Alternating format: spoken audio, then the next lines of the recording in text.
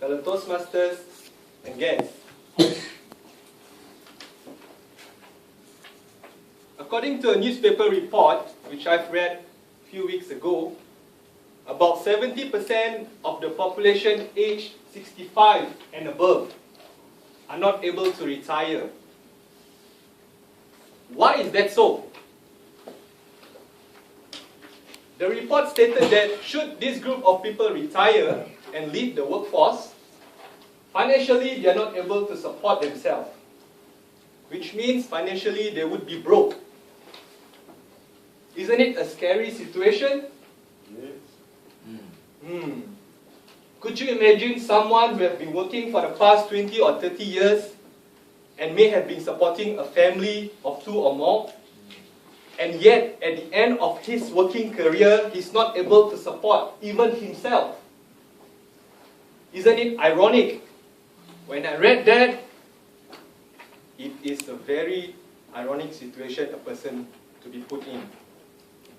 This leads to the topic of my speech tonight, which is 3 salient steps for you to achieve financial independence.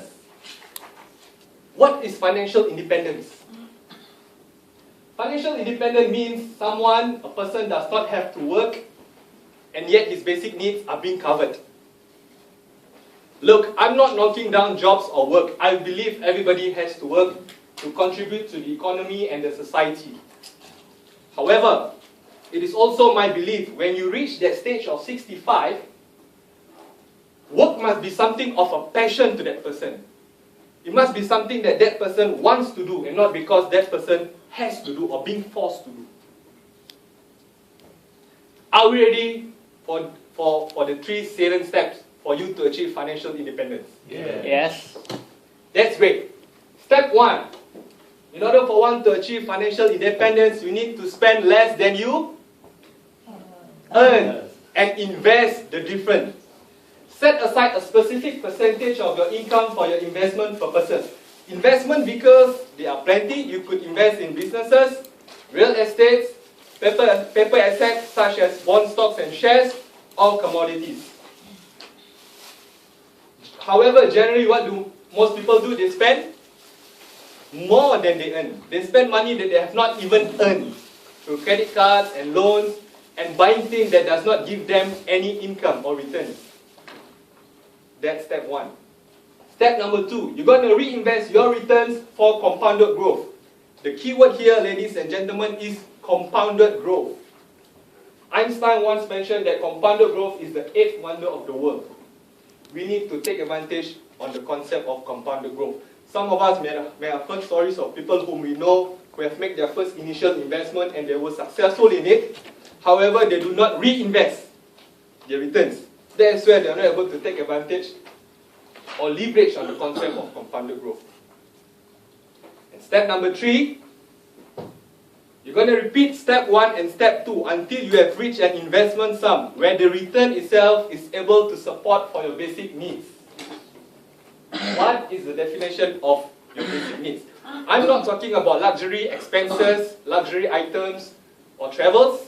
Basic needs would just include food and water, housing, your clothing, transportation, and some basic entertainment.